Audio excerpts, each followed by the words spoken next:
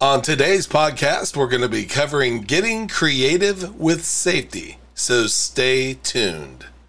Welcome to Warehouse Safety Tips. If you're a seasoned vodcast viewer, this vodcast is going to be different from most that you watch.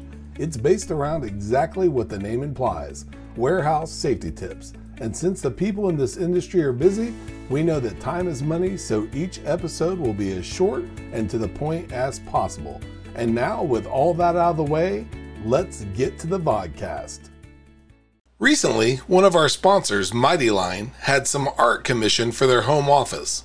We were fortunate to get the interview with the artist responsible for that art. The name of the artist is Christopher Dean, and the reason that we're mentioning him on this podcast is his way of bringing out-of-the-box thinking to Mighty Line's products. You can find that interview in its entirety by checking out the show notes of this podcast. So what does artwork have to do with safety?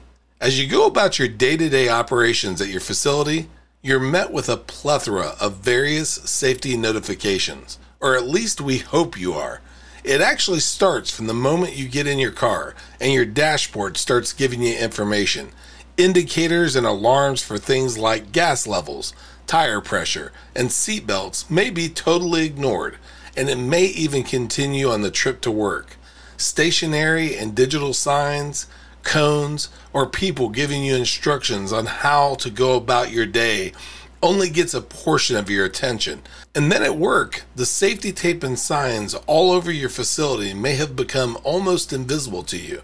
We liken this to someone who works at a fertilizer plant and can't smell just how bad it is.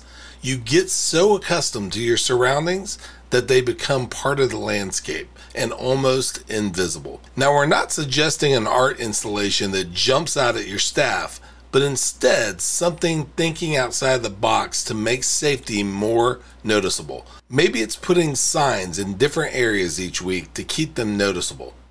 It could be adding colorful warning safety tape to poles instead of paint, or simply just having regular pre-shift updates on where different safety precautions are located and the reason why they're there, and changing what locations you cover each time.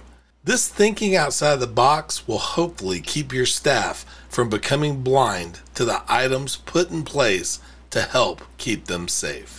You can find the show notes to each episode, links to information mentioned on the vodcast, the social media platforms we're on, and anything else related to the vodcast at warehousesafetytips.com. And if you want to catch our podcast and or request a sample pack of Mighty Line, visit mightylinetape.com/safety tips. Thank you for watching Warehouse Safety Tips and have a safe day.